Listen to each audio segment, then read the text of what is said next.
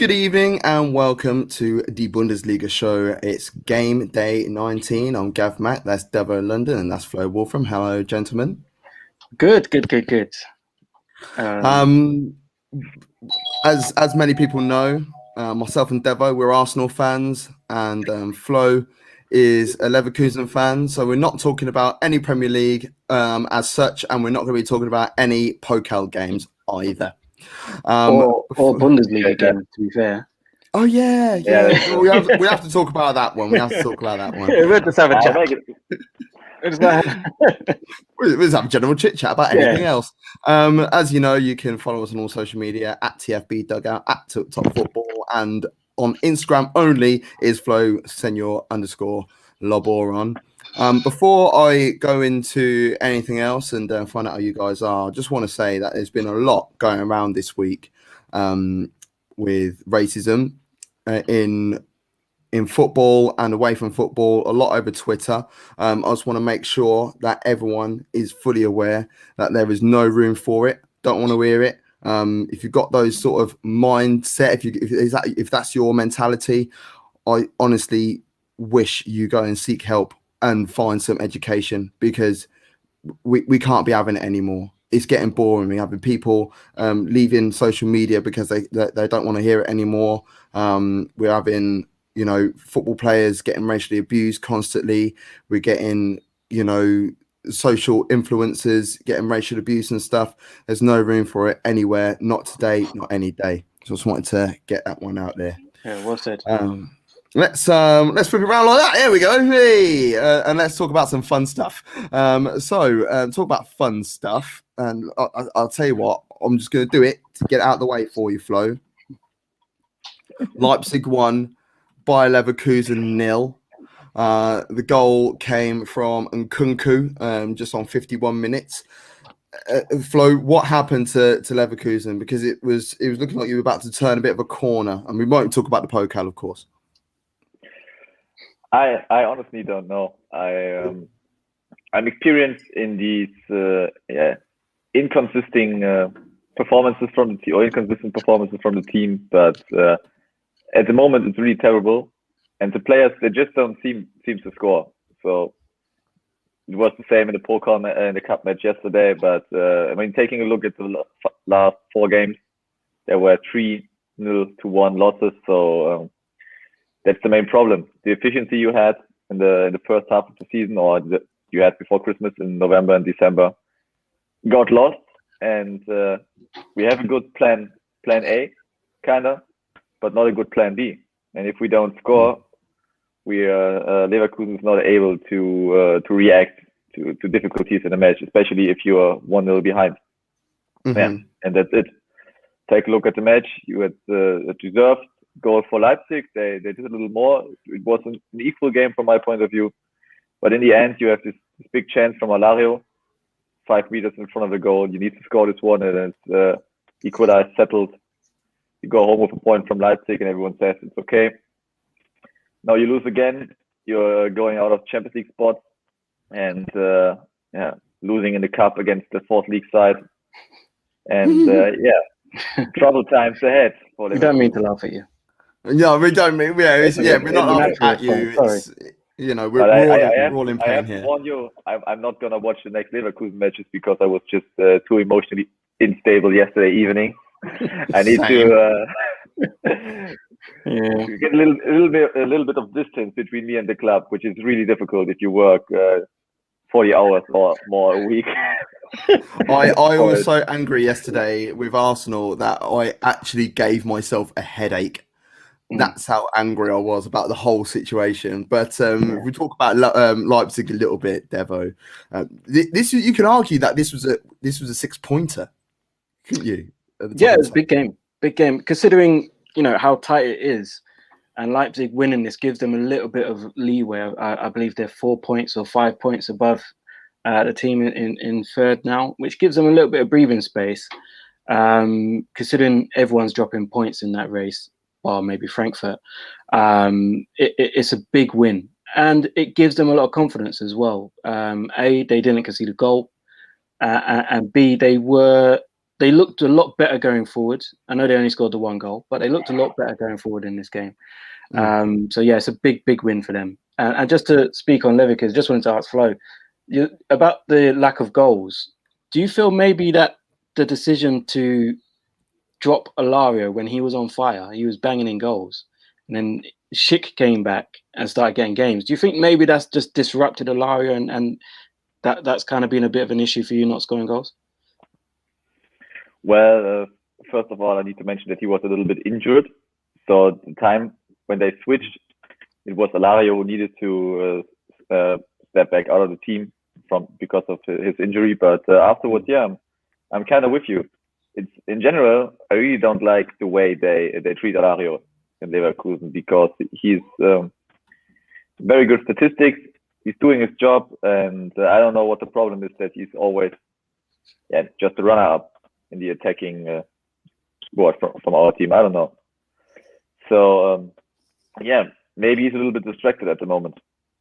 And Schick is obviously not 100% integrated in the club. He needs to get a little bit more comfortable with the team, and I'm sure he will be scoring goals one time, but he needs to start soon.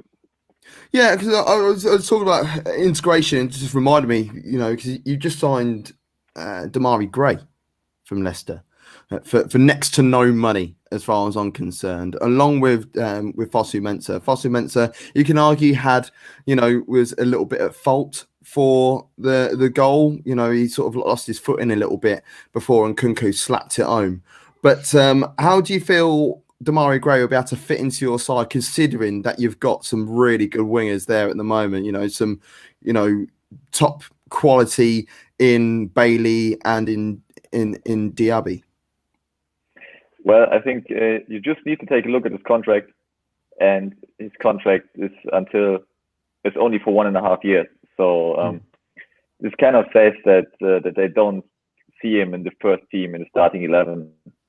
It's obvious that Demarai Gray should be a player for like a substitute, or maybe should have been for a cup match or Europa League match, but not starting 11 for the big matches.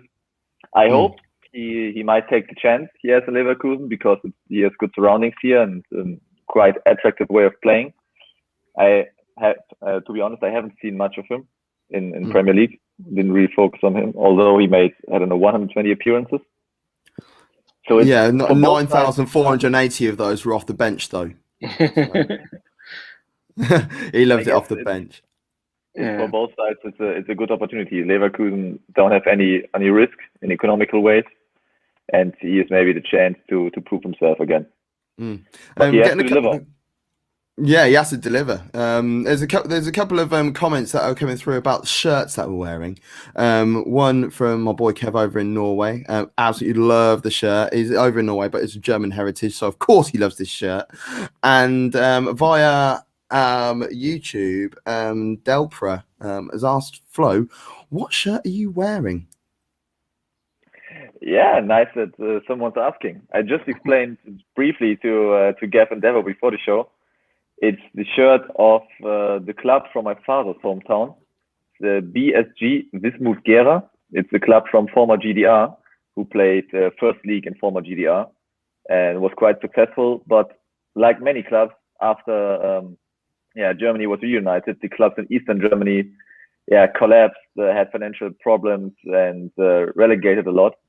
So currently this club is playing in 5th league, but still has a decent number of fans around the town and around the region where they're from. So there you go. So we go from one East German team to another, and then if we stay over in the East, we will go to this game, Union Berlin. This was a big game.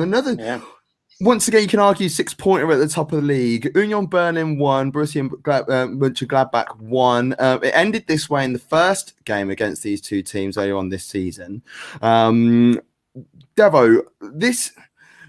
it's a point for Union Berlin, which is massive. Do you think that this is still going to be the start of their decline, or do you reckon they can hang around at the top still?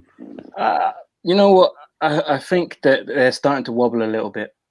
And I think, they haven't got the biggest of squads. When you look at the other teams that they're competing against at the top of the table, they're starting to pick up. I know they had the big injuries of Cruiser earlier in the season, but they're starting to pick up one or two little knocks where they're having to rotate the team a little bit, and it's kind of knocked their rhythm a bit. But they battle. They'll battle against anyone, and they put in a decent performance here.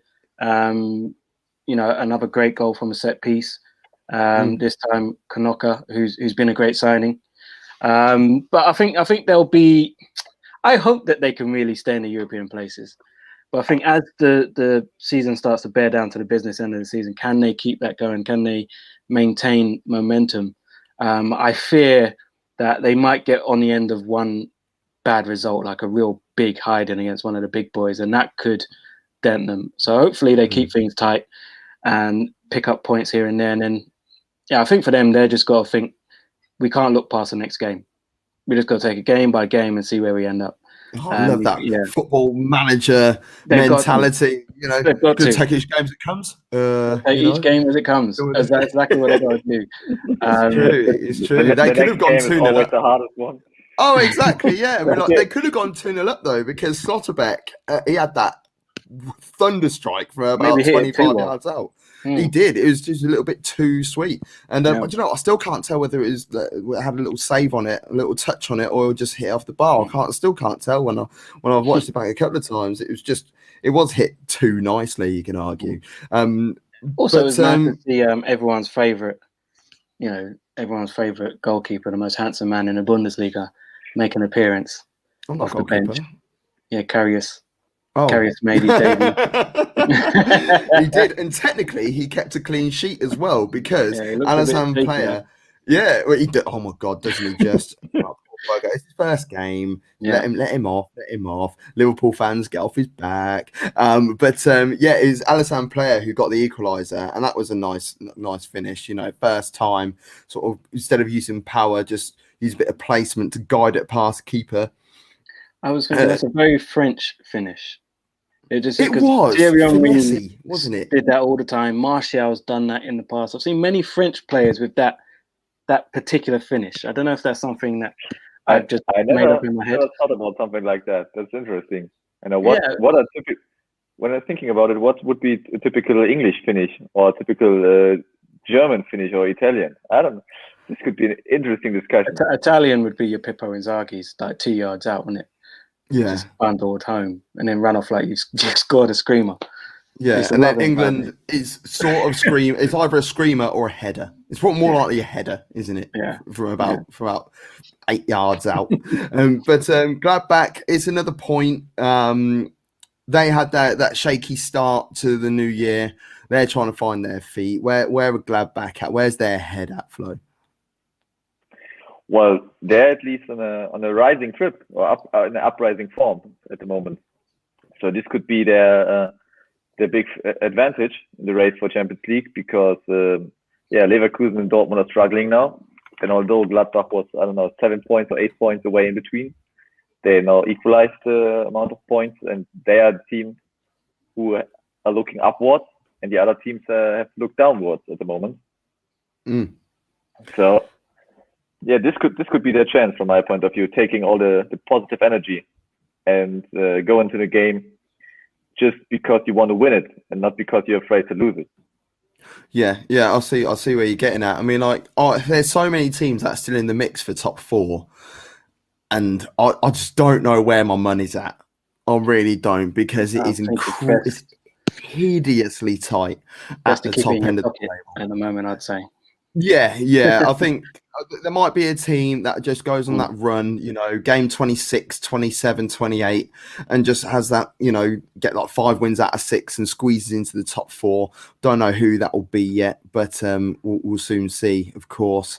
Let's talk about some action going on at the bottom of the league, because there's been 6 pointers all over the place, and this one was giant, and it's Flo's second favourite team, and that's FC Köln, and they won 3-1 at home to Arminia Bielefeld. Now, when we talk about 6 pointers, this was it, because Cologne haven't won a game at home for 337 days 14 home games they haven't won in. And it was someone who was hungry like the wolf, who scored 2 goals inside half an hour. And my boy Elvis Rexbajai, I love that guy. I don't even love him. I don't even think he's that good. I just think he's got a really cool name. To make it 3-0 before Cordova got one back. And even when Cordova got one back, Cologne looked a little bit scared, didn't they, Devo? Yeah. They did. Yeah, they did. You could see they started to think, oh no, not again. I think this is a massive win, Cologne, and I think that it's just one of those results where you really think, let's just build on this. Let's not go next week and take a beating. Let's build on this, because they've got some new players in, which is kind of giving them a bit of a lift. Max Meyer's come in. They've got Dennis, who's coming from Bruges, who's playing Champions League football early, scoring goals at the Bernabeu and all sorts of stuff like that. So I think that's a good signing. They needed someone up top to give them a bit of a leverage in the attacking third. And scoring 3 goals is going to give them a massive boost of confidence. And this is a Bielefeld team that doesn't really concede many goals either. No. But they're woeful going up the other end. Yeah, woeful. It's funny that you mentioned on Cologne. Let's count on this positive result, or this at least one positive aspect, because this club. That's one point I like about this club. Is so good in destroying himself. It's unbelievable. I'm pretty sure you didn't heard about it yet, because it's quite one of the latest news in German football at the moment. So a couple of weeks ago, Cologne fired their head of communication. And this was also a little bit noisy, a little bit dirty. And then yesterday or 2 days ago, they presented a new head of communication. And it's interesting that you were talking about racism before the season, before the start of the show, because all the fans and the Twitter community, etc., found out that this new head of communication at FC Cologne was, on the one hand, talking about, had some trash talk about Cologne fans on Twitter, that they cannot behave, etc. To be honest, that's true. Cologne fans are just, I don't know, pigs from my point of view, most of them. There are some nice people, but in the stadium, can't forget about them. And on the other hand, he had some tweets where he sympathized with German right-wing party, with tweets of a German right-wing party. So Cologne is a very, very colorful city and very open-minded city. It's for example, it's the town with the biggest queer community in Germany. So of course, all the fans were very angry with it, and Cologne FC had to correct their decision and fire the new head of communication again after 1 day. One day. That's even shorter than Luther Blissett's time at Watford, wasn't it? So I wonder if he's going to get any sort of compensation, for. The thing is, in Germany, you have it's called Probezeit. So you work, the first time you work, it's like you're not fully you're fully employed. You get your money, but you don't have the protection you have after 6 months. You have full protection, and then the first 6 months you can be fired for any reason. I was going to say, because the ink wouldn't even have dried on the contract. after a day, it's next to no time. But Cologne have got it hard enough anyway. It's a giant result for them, because they obviously beat Arminia, which puts them a point above them in the league. But they've got some horrible fixtures. They've got Jana Regensburg in the FA Cup, in the Pokal later on tonight, which we aren't covering. We're not covering any Pokal. We might do that next season. We'll see. We might or towards the end of the season. We'll see where we're at. But they've got Gladbach. We can make a cup final special. Yeah, we might. Yeah, independent news. We might do a watch along for it. Yeah. And unfortunately, it won't be Bayern and it won't be Leverkusen. But it's deep. Gladbach away, Frankfurt away, Stuttgart away, Bayern Munich away, and then Werder Bremen at home. It's not a nice run for these lot. So that win is giant for them. And Bielefeld, they're just in trouble. But I think they'll be happy enough just to have had a little bit of time in the Bundesliga before. I'm sure they'll be plying their trade again in the second Bundesliga. I think. Oh, go on then, Flo.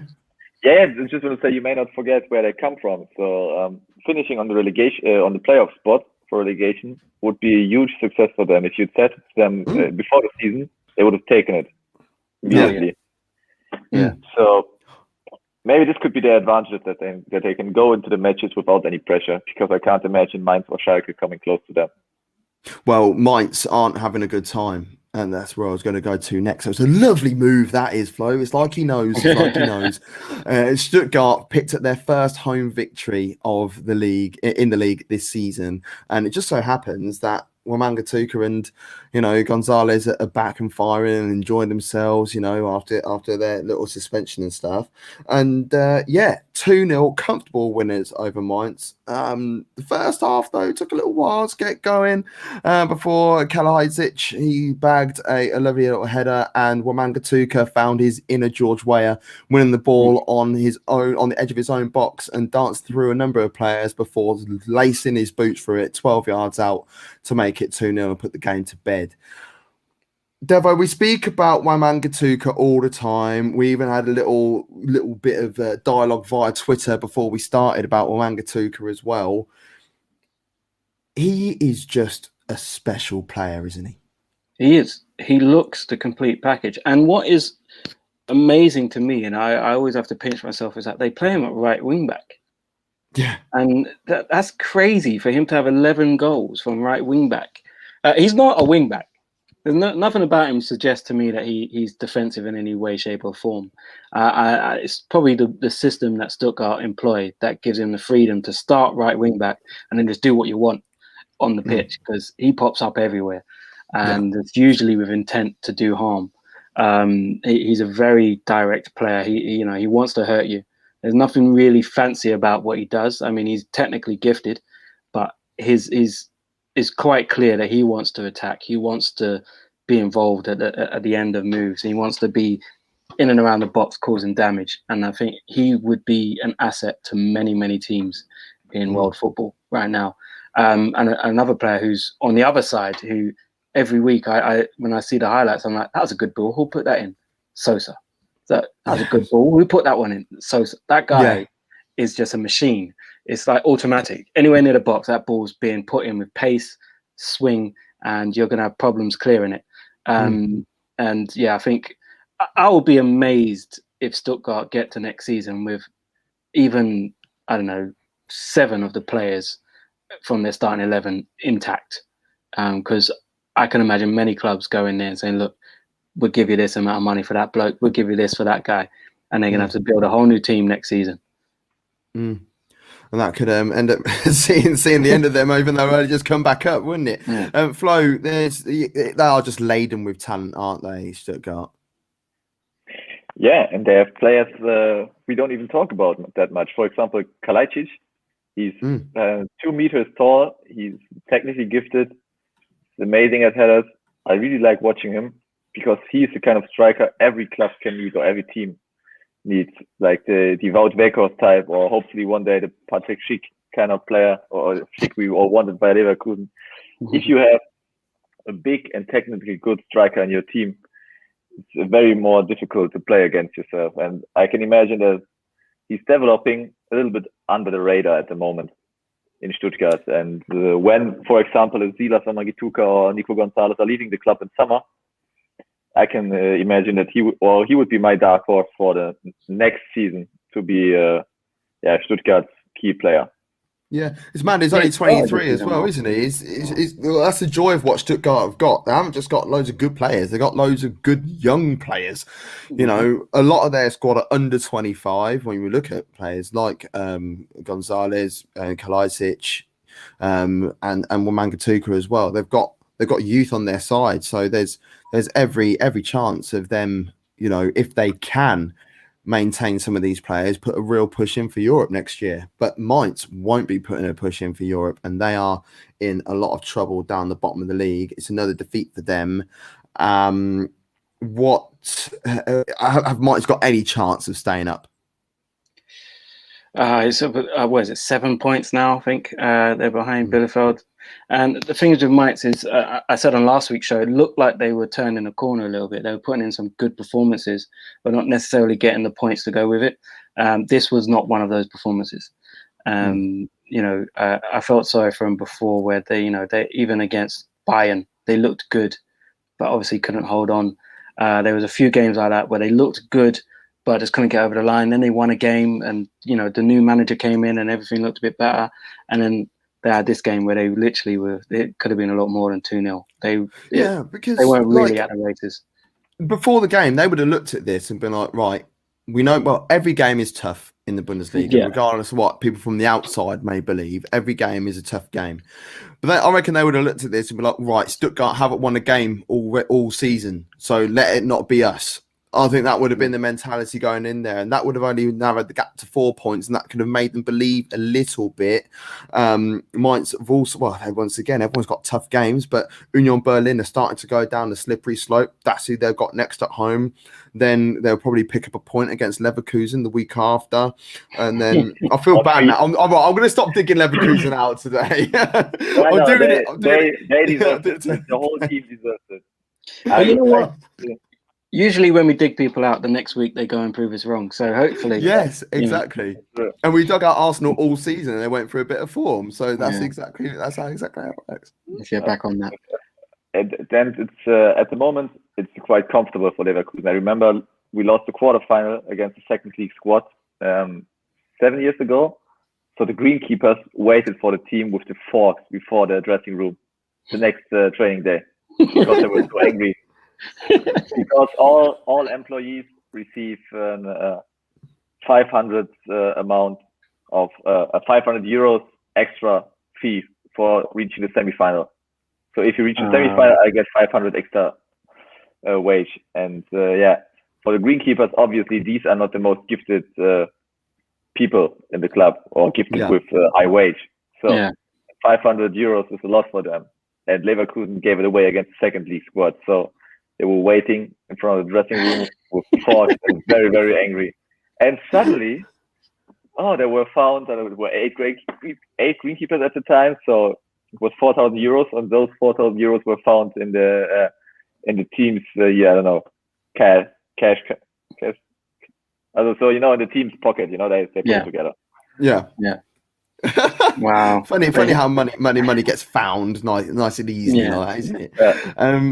Talking about money and getting found, it's a tale of the cash cows. Bayern Munich, they won 4-1 against Hoffenheim, reversing the score that they received in game week 2. Boateng with a bullet header. Thomas Muller with his 10th goal of the season. Gnabry also scored, and Kramaric pulled one back. But I purposely left out Robert Lewandowski because he is on track nicely and comfortably to beat Gerd Muller's record, which has been long-standing for 40 years now. It's just over 40 years, isn't it? And then, but it's 40 goals. Yes, 40 goals that he scored in the season. But I want to talk about Josh Kimmich because I had a bit of beef with someone on Twitter the other day about Joshua Kimmich, and I honestly think that he is the best central midfielder on the planet. By 100%, he is the best defensive midfielder on the planet. But this person would take Declan Rice over Joshua Kimmich. Now, sometimes when I recoil, I end up questioning myself afterwards. I'm like, I am sure, aren't I? So Joshua Kimmich, is getting assists to his name now as well, which is something that he's not normally known for. So he's just constantly adding strings to his bow. Flo, can you name a better defensive midfielder / a CM than Joshua Kimmich on the planet right now? Well, I definitely can't name anyone in Germany or on the German national team, and I also can't think of anyone anywhere else at the moment. I believe I said it last week or the week before, you saw the importance of Kimmich. You saw it when he was left, when he was injured, and now look at how he's determining the game of Bayern Munich. And I mean, they lost Thiago in the summer, and he just replaced Thiago, but just not by losing his way of playing. He just added it to his way. So okay, Thiago's gone now. We need someone who organizes, who is controlling the tempo, etc., etc. Oh, okay, I do that, no problem. I have it in me. So I don't know what's happening if Lewandowski leaves. Is he going to start goals? Maybe 25 goals a season. I don't know. Can you imagine that? Man, honestly, it's funny because like this game. Well, before I go on talk about the game, I want to ask you about your feelings towards Joshua Kimmich, Devo. For me, when you say he's the best defensive midfielder in the world, I'd probably go to a push to say he's probably the best all-round player in the world. I don't think there's many players that can cover as many different roles, as many different jobs as he can so seamlessly. For me, if you put pound for pound, like in the boxing, they do pound for pound, no matter what your weight class, just on talent, who's the best boxer in the world. If you pound for pound, I'd say Kimmich is at the top of the list. He is literally like a Philip Lahm regen. Yeah, I think, you say he's added assists before he was playing right back, and he was an all action right back defensive. He's played centre back and looked solid. He played central mid alongside Thiago and just, I'll be the DM. I'll sweep up. Thiago goes, no worries, I'll control the tempo of the game. I'll be that guy. And he's played right wing. I've seen him play right wing and be effective. He's played everywhere. And like Flo says, maybe if Lewandowski gets injured, I mean, they've sold Xerxes. Xerxes gone to Parma. Maybe Kimmich will step into his shoes and start banging in goals as well. I wouldn't be surprised. Neuer gets injured. Don't worry. We've got Kimmich. He'll go and goal. I honestly think for me, he's one of my favourite players to watch. So anyone who would take Declan Rice in a team over Joshua Kimmich is crazy and should probably get themselves checked. Yeah, I agree. Kev reckons that it could be Kimmich or Hoffman who ends the assist table. Joshua Kimmich is currently top of that, closely followed by, with 10 assists so far this season, closely followed by Muller with 9, Kingsley Coman with 9, and then Jonas Hoffman has got 8 at the moment. So, weren't both Kimmich and Hoffman injured for quite a while? Yes, they were. That's right. Yeah. Kimmich missed 6 games, did he? I know he's out for 6 weeks, I think. 4, I think. So yeah, I'd put my money on Muller. Yeah, Muller's an animal. Yeah, he's an animal. Muller is an animal. Muller and Lewandowski, those two, they have a symbiotic with each other. I mean, in his time at Bayern Munich, he gave Lewandowski, 60 goals or something just by Thomas Muller. So yeah, they have an honest telepathy between them. Is crazy. Bayern did take the lead in this game with the header from a Joshua Kimmich corner. I remember watching the game and all I heard was Lewandowski. I was like, oh, here we go again. And it wasn't actually him. He rose for it, but it was there's a distinct difference between Lewandowski and Jerome Boateng. Probably about 2 inches in height. That's the only thing that I can see personally, anyway. But Hoffenheim didn't lay down. They could have equalised, and actually, I think it was Bebu's shot, which was saved. And then the second goal came from Muller, which was a brilliant strike set up by Lewandowski. And then instantly after that was Kramaric, and it's like, oh my god, like Bebu's cross for Kramaric here first time. Yeah. I was thinking, Hoffenheim, they don't actually know. They never know when to stop. They never know when to die. So I felt that they were going to be able to come out and do something a little bit more. But it is Bayern Munich, and they know how to run stuff, don't they? So that's what Bayern. I think the issue with Hoffenheim is, they may never know when to lie down, but they also never know how to defend. So they put themselves in a hole quite often with some just schoolboy defending. And when you look at the amount of space that was in their box for pretty much all of the goals, that's why they're in trouble. Who are in trouble are Schalke. They are, I do. It's a weird one. I want to laugh and I want to take the mick out of them, but at the same time, I do feel sorry for them.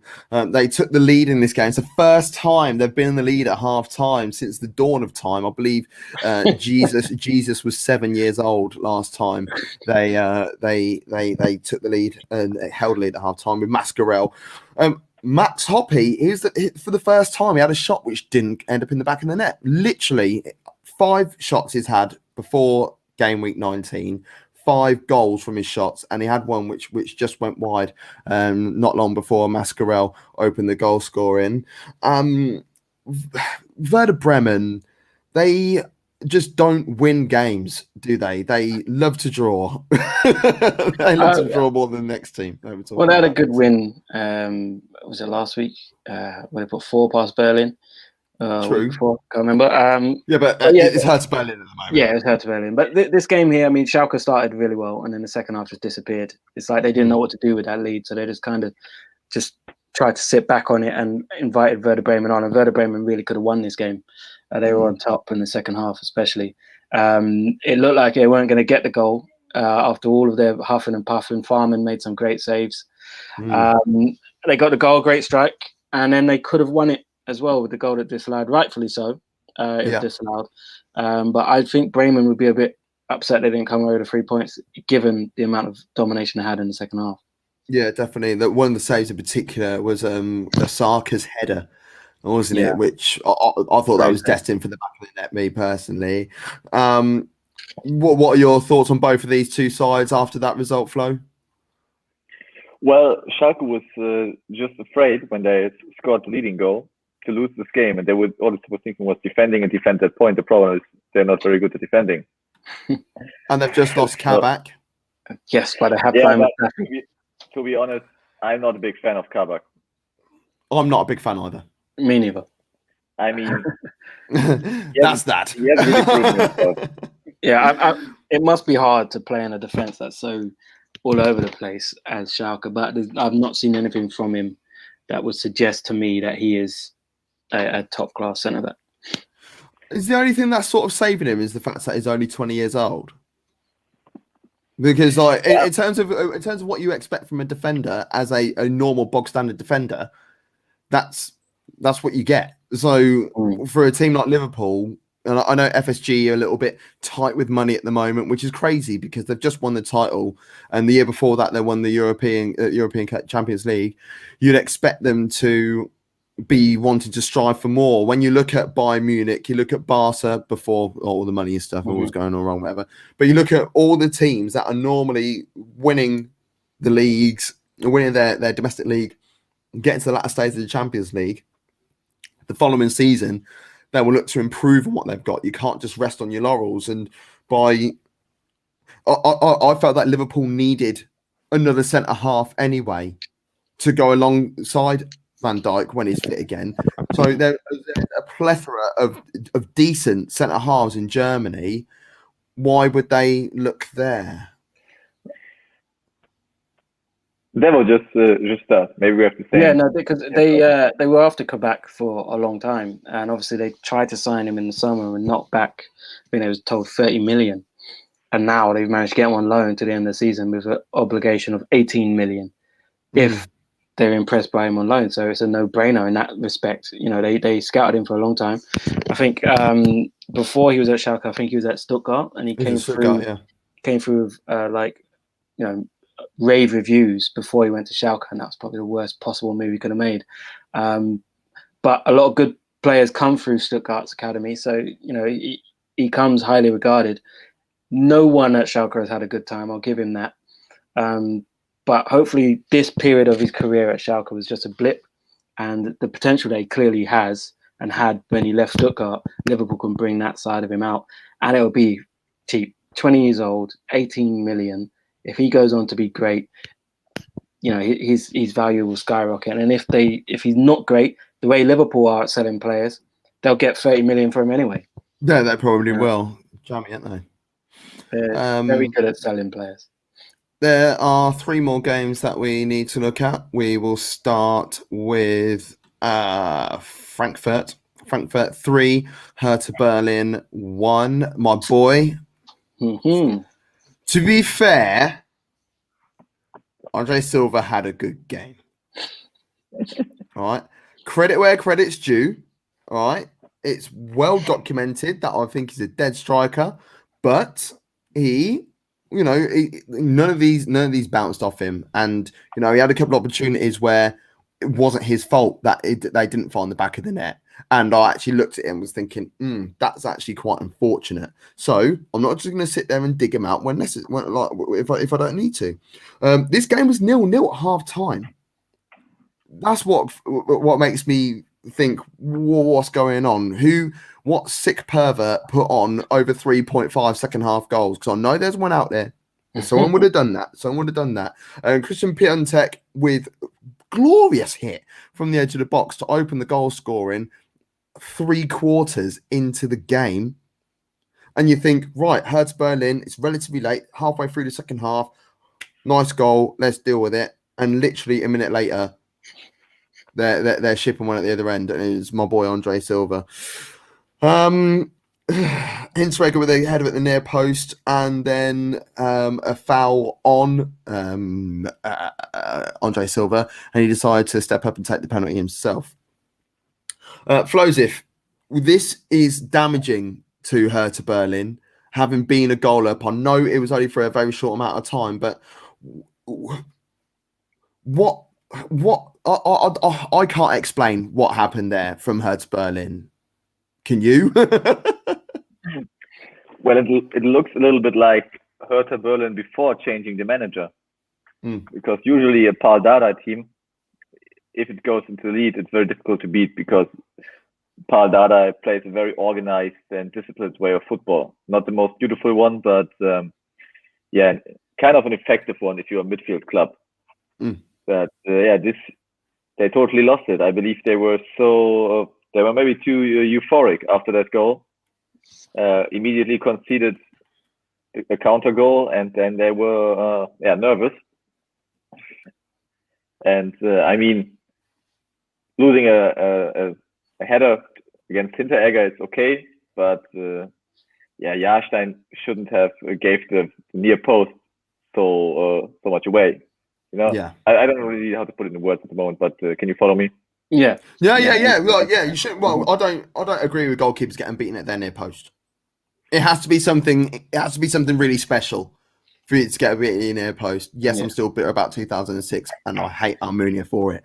But like I look at André Silva. He's not the tallest guy in the world. His header, I thought he got up really well for that. He did. It was Cristiano Ronaldo-esque. He hung in the air for a while, didn't he? He was up there for a very, very long time. So look, that's what I mean about credit when credit's due. But Hertha should be managing that situation. Surely, there was two defenders nearby, and then the shortest man on the pitch is still able to get up and leap up and find the back of the net. That's not Hertha Berlin under Paul Dardai.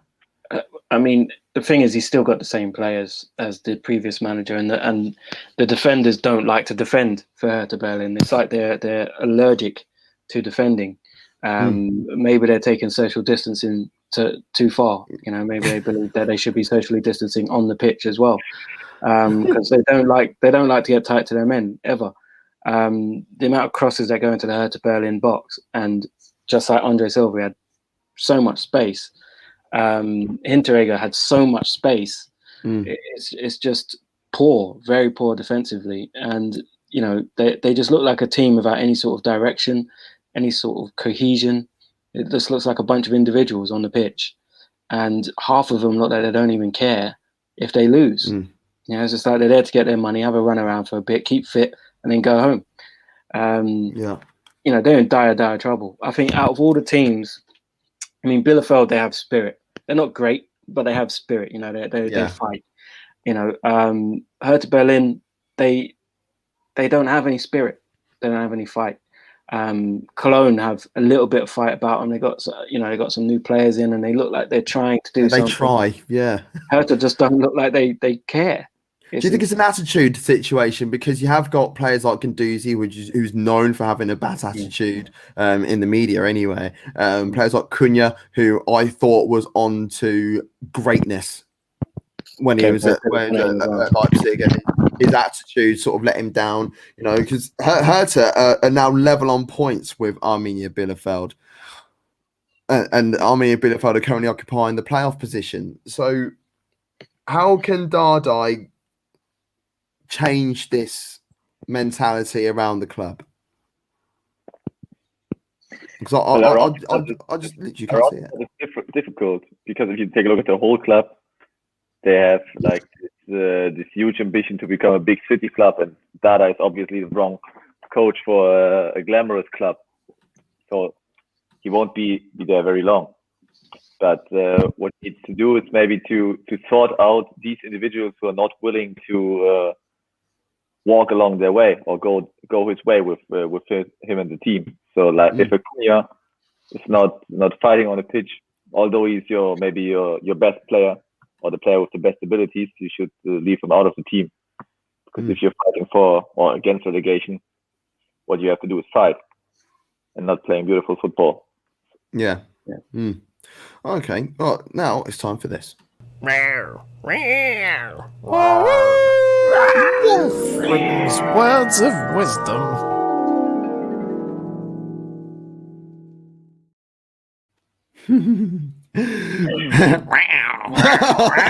Love it. Flozif, what you got for us this week? Yeah, this week I was reminded from the transfer of Sami Khedira to Hertha Berlin from Juventus Turin what those two clubs have in common. Can you imagine they actually have anything in common? Well, no. When you sent me this, I was thinking, is this like is this from like a friendly from 1993 or something? I couldn't see a link. Yeah, this was created whilst or around the friendly match, but Hertha Berlin and Juventus, they both have the same nickname. Is this the right word for it? The old lady. The old lady. That's the nickname for Arsenal, for example. Is that right? Yeah. Okay, so yeah, both are called Old Lady. And I thought I'd take this situation just to explain a little bit about or tell some nicknames in the German Bundesliga, for example. Because I can imagine most or some might know the German names, but they don't know the meaning behind it. Yeah, so like, for instance, like Cologne, the Billy Goats, Exactly. The Fowls for Gladbach, or Die Fohlen. So I'm trying to work him out how they got to it. Let's start with Hertha. They're called Old Lady because Hertha is an old lady's name in Germany. Nice and easy. The Germans don't mess about. This is what the situation is. One of the club's founders named the club with the name Hertha because he was having a trip on a boat called Hertha. I don't know. Wow. So Cologne are the Billy Goats because the circus director, a female circus director, gave the club in the early 1950s a Billy Goat as a present. And so they just decided to name themselves after this Billy Goat and take it as their mascot. Gladbach, the Fohls, die Fohlen. They were called the Fohls in the beginning of the 70s because they had a very young team with Bertie Vogts, Günther Netzer, Jupp Heynckes. So many old famous German football players and world champions in 74 played for Gladbach. And Gladbach was with Bayern Munich together the most successful team, but they were the young and wild squad. And so Fohls are the young horses. That's why they're called Fohls. Schalke are called die Knappen. Knappen. Die Knappen. Oh, okay. Knappen. Yeah. Knappen. On the one hand, it means scarce. Knapp means scarce of points would be fitting in a moment, but that's not the reason. Knappen is the name of the miners. After they finished the education, their mining education, and start fully accepted as miners and start going mining, they were called Knappen back in the days because the Schalke has a huge mining tradition. Who else we've got? We have Union Berlin, the Eisernen, which means the iron. Okay. Yeah. Like West Ham. Kind of. could be compared to West Ham. Yeah, so Yeah, they should meet up. You know, in West Ham. They're very similar actually, if you think about it. The funny thing is, Hertha is also very similar with West Ham, because West Ham also, they have these huge ambitions. They want to be a big club, but they spend a lot of money and they never show. And all the game and no idea, is that? Yeah, exactly. You know, there's West Ham. If you look at the colors, it's maybe Union Berlin and Hertha Berlin. Where I live, because I live like literally a 2-minute walk from Selhurst Park. There's still many stickers for Hertha Berlin from a long, long time ago. Hertha Berlin came for a pre-season friendly and brought like 2,000 fans, something crazy, stupid like that, for a pre-season friendly, and just started graffitiing and sticking stuff all over the place, and like literally shut off a whole street where they're just walking down the street singing. I was like, it's pre-season. It's not even like an actual game. Well, look, the German fans absolutely love it. But that was a brilliant little piece there, and that was this week's Words of Wisdom. Friends, words of wisdom. Talking about teams with nicknames, the Wolves, they won 3-0 at home to Freiburg. 3-0. My boy Wout, he bagged again. Of course he did. Another one on the floor. Great goal as well. What's going on? Johnny Brooks, he opened the score, and then Gerhard ended the scoring. Wolfsburg in full control of this game, weren't they, Flo? They were, and there was no doubt from the beginning of the match that Wolfsburg would win this game. They absolutely controlled it. And they seem very, very stable at the moment.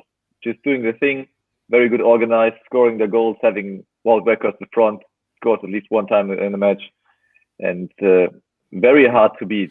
So in the beginning of the season, they were hard to beat and draw all the time, but now they developed and start winning. And they are a very, very big contender for Champions League at the moment. Also because the club has the cash behind with the Volkswagen company. That's the thing.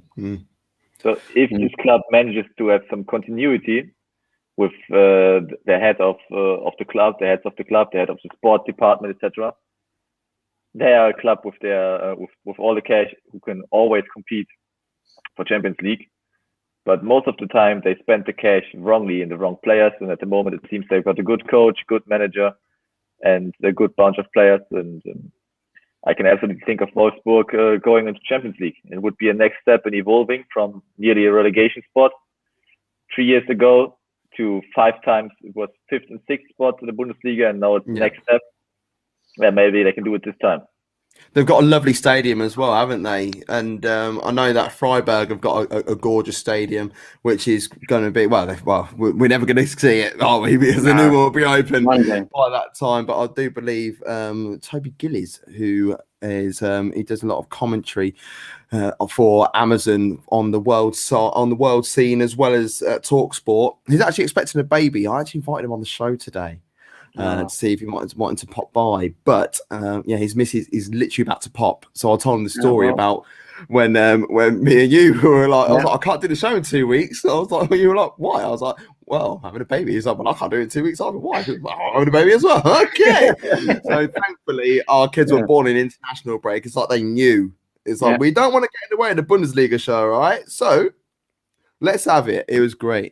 But anyway, back to the football. So, Wolfsburg in brilliant form. Freiburg, they're starting to dip a little bit, but to be honest, they're not exactly far out of what's going on. A couple of results for them again will put them right back in the mix, Dev.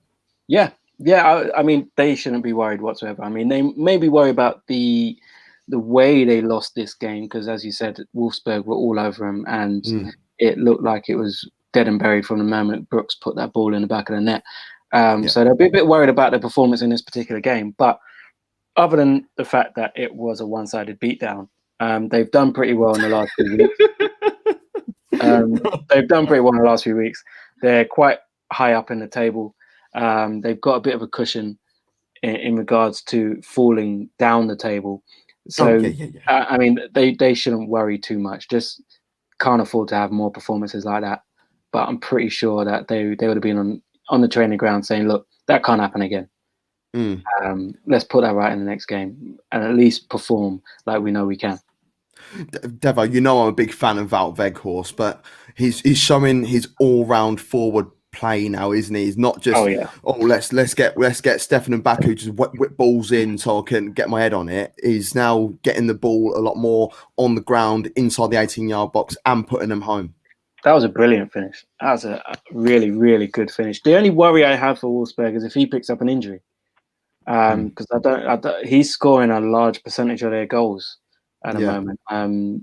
He's scored more than 1 and 2 since he's been back there. Yeah, and if he's not scoring, then he's been involved in the moves. So he is a target man. If he's not there, I worry for where their goals are going to come from. But yeah, they're flying at the moment, so they need to keep him fit. He actually scored again tonight in the Pokal, and it's finished 1-0. Wolfsburg winning that game 1-0 against Schalke. So, poor Schalke. Poor Schalke. They could have dreamed of getting into Europe through the cup. Goal just before half time for them. Where else could their goals come from, Flows, if Wolfsburg? Maybe Bartosz Bielek could take a step into the footsteps of Wout Weghorst. I believe he can do it maybe in the next season after that, because every time he's subbed in, he has a decent performance. He's a little bit dangerous. He's good in finishing. The attacks has scored a couple of goals. And I believe it's a very good situation for him to develop under Wout Weghorst and then take the step in when Weghorst leaves for a big amount of money. He will go to a big club. He's got one big move left in him, I think, and I think he could go. He could go pretty much anywhere. I honestly believe that. I'm pretty sure he will go to the Premier League. Yeah, I think he'll be good in the Premier League. He's got physicality for it. He has. I think he should go to a big club, and I think he should start those games. Someone I could see him playing for, and they have been sounding out that they need another striker, Leicester. I could see Wout Weghorst playing for a Leicester. Vardy's coming towards the end of his career. They're going to need someone to take up that mantle, and I think he could do a very good job with the likes of Maddison, Tielemans, Barnes, Justin, Castagna, putting in crosses for him. And I think he'll do very well at Leicester. See, I honestly could see him at Man United. That's and I reckon he'd be. I reckon he'd be brilliant at Man United. I really do, because Man United want a physical number 9 who's got a bit of pace. So he'd be taking Cavani's role. Yeah, because Cavani is doing he could do everything what Cavani's doing, but he's a younger guys of it, and whip balls. End of the day, whatever club he plays for, just whip balls in, and his big head will get on the end of it. And then the final game we've got is Dortmund 3, Augsburg 1. This game, you expect Dortmund to win this game, but Augsburg won the first game. Back in where are we? September time. Match day 2, yeah. So when Augsburg took the lead in this game, do you reckon there was a little bit of worry? And then when I was going to say Alfie Haaland, Erling Haaland, when he missed his penalty, it just looked a little bit like Groundhog Day. One of those days, yeah. I think if I was a Dortmund fan, every time we go a goal behind, I'd be worried. Because you just don't know how they're going to react. Dortmund are that team. You just don't know what you're going to get. And when you miss the penalty as well, Haaland missing a penalty, you're going to think, it's not going to be our day. Yeah. I just think when Dortmund get a penalty, they should just give the ball back. Don't even bother. Do you know what I mean? They've missed quite a few penalties this season. We don't want the penalty. Just take a goal kick. It's fine. Yeah. Can we have a free kick on the edge of the box instead? Is that right? But yeah, I was very happy to see Delaney get a goal. I really like Delaney. I think he's I like Thomas Delaney. I really like him. I think they look a lot better team when he's in it. And Sancho, another goal for him. Another good performance from him as well. So it's in the end a great 3 points, and they look pretty comfortable towards the end of the game. But a bit of a dodgy start, but they finished strong. Indeed.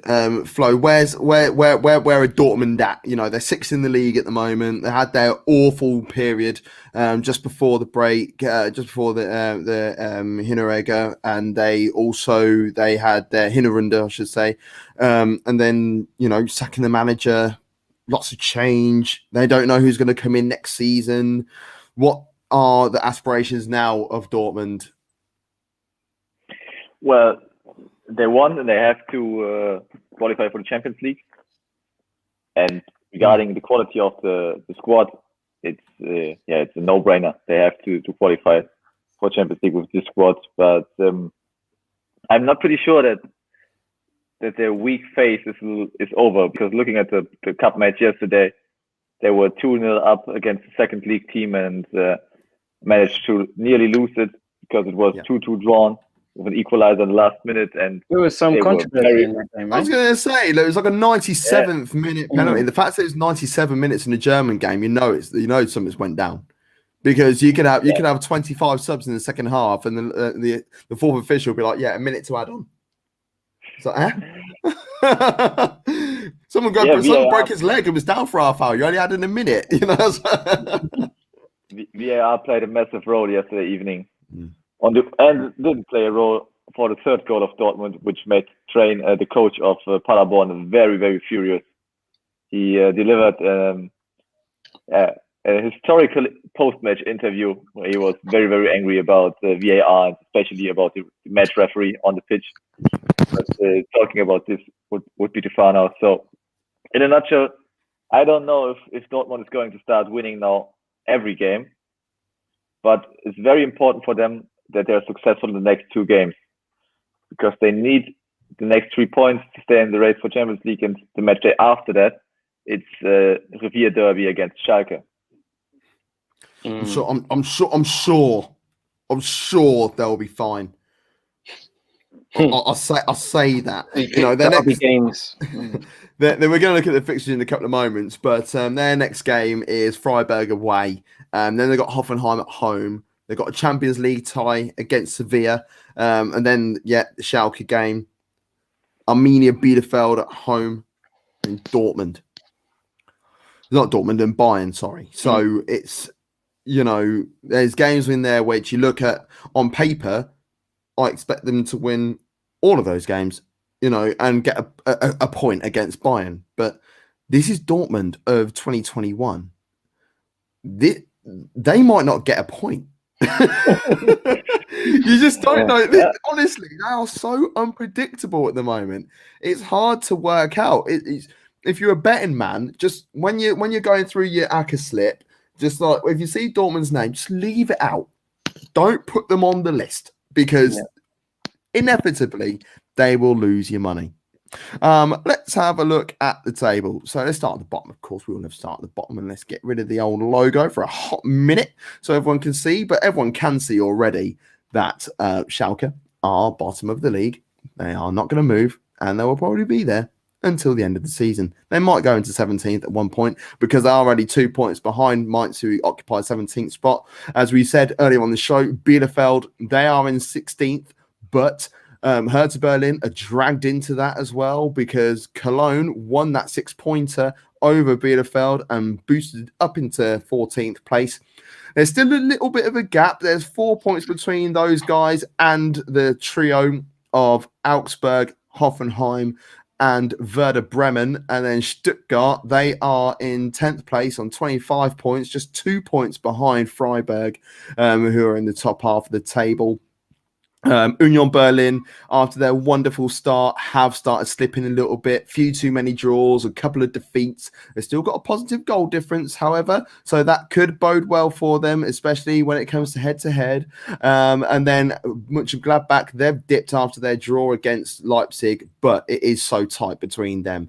Borussia Mönchengladbach are 7th place in the Bundesliga at the moment on 32 points, and RB Leipzig are in 2nd spot on 38, just 6 points separating those sides, which include Borussia Dortmund, Bayer Leverkusen, Eintracht Frankfurt, who have gone on a major run, and then, of course, Wolfsburg, who, can you believe it, have only lost 2 games this season. It's just a shame that they keep drawing games, apart from the game when they played against Bayer Leverkusen a couple of weeks ago, which lost me 145 quid. Fixtures. Friday night sees Hertha Berlin versus Bayern Munich.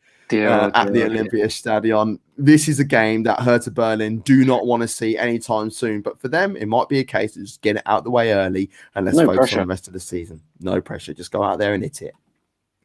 Saturday looks like this.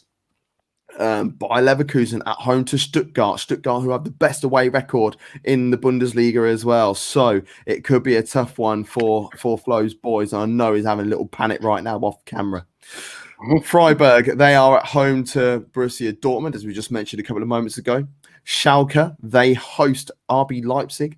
Mainz, which are playing against Union Berlin, which at the beginning of the season, you would have looked at this as a relegation 6-pointer. But Union Berlin might need a game like this to try and get their season back on track. Augsburg are at home to Wolfsburg. Saturday evening's game is Mönchengladbach, Borussia Mönchengladbach at home to FC Cologne. Rhein Derby. Yes, it is. Yes, the Rhein Derby. Yeah. And then Sunday's game, Sunday afternoon game, is Hoffenheim versus Eintracht Frankfurt. That was going to be an interesting game because Frankfurt are flying at the moment. And then Sunday evening's game is it's not quite a 6-pointer, but it could. But do you know what? It actually is. It actually is because Werder Bremen go to Bielefeld, just 5 points between these two sides. It's an interesting week every week in the Bundesliga, but there are some mad games this week. Yeah, I think Bremen, if Bielefeld beat Bremen, they get dragged right back down into it. Mm-hmm. You know, it's a big game. Bremen, this is one of them games where they would take a draw. Yeah. You know, they like to draw games. A draw wouldn't be too bad for them there. You know, but yeah, some interesting games for sure. Flo, big game for you lot. It is. But as I mentioned at the beginning of the show, I won't watch this game. He's done enough damage. Yeah, if I can't have the distance on weekdays, I have to keep the distance on the weekends. So maybe one match day. Of course, I'll be watching the replays to be able to talk about it in the show, but I won't watch it live. Just watch all the other 8 games, and then we'll keep an eye on that one. And then we'll, we might save you a little bit of pain. We don't know. That sounds great, yeah. Arsenal have also got Villa away, which isn't going to be. I'm not over excited. We've ruined it in the Arsenal game. We've ruined it in the goal as well. Oh yeah, well it might be Matt Ryan. He might be fit, but please, God. via my personal pages, the Facebook 2 Up Top page, and then all of Football Dugout. We have got the I was going to say the Bundesliga watch along. It's not the Bundesliga watch along. It's it is the Super Bowl watch along. Super Bowl 55. Tampa Bay Buccaneers versus Kansas City Chiefs, brought to you by the Football Dugout, of course, Devo and the Crew Dem, and 2 Up Top, me and the Crew Dem, in association with London Olympians football team. Super Bowl 55 watch along coming this Sunday at 11 o'clock p.m. UK time. It's a game that I am so excited to be hosting alongside Devo. Devo is, be running the ship with some of the guys from the London Olympian football team, American football team, of course, that is. And it's my Super Bowl 54 winner's hat that I've got on right now. Obviously, you can see the Chiefs in the background. Yeah. I honestly would love it if I could have another one of these next to it. So I am buzzing for Sunday to be alongside you hosting this showpiece event, but I am so scared because end of the day, I know what Patrick Mahomes is about, but Tom Brady, he knows how to do it in the Super Bowl. So I'm very, very worried about that. I've got a guy who's coming on who I think you're gonna like. He's very much a Mahomes guy. Okay. You'll be joining us for a portion of the game, and I'm sure you two will get along pretty well. Excellent stuff. I'm really looking forward to that. But from a Bundesliga point of view, before we go to the Bundesliga, we've also got our Premier League review show on 2 Up Top. That will be coming to you later on this week. They'll be going through all the midweek games that we've had. You'll be able to catch my face on the 4 Manx 1 Toffee podcast on Saturday for the Manchester United versus Everton watch along. Tomorrow you've got Devo and the boys doing their Q&A session at 7 p.m. on Thursday 7 p.m.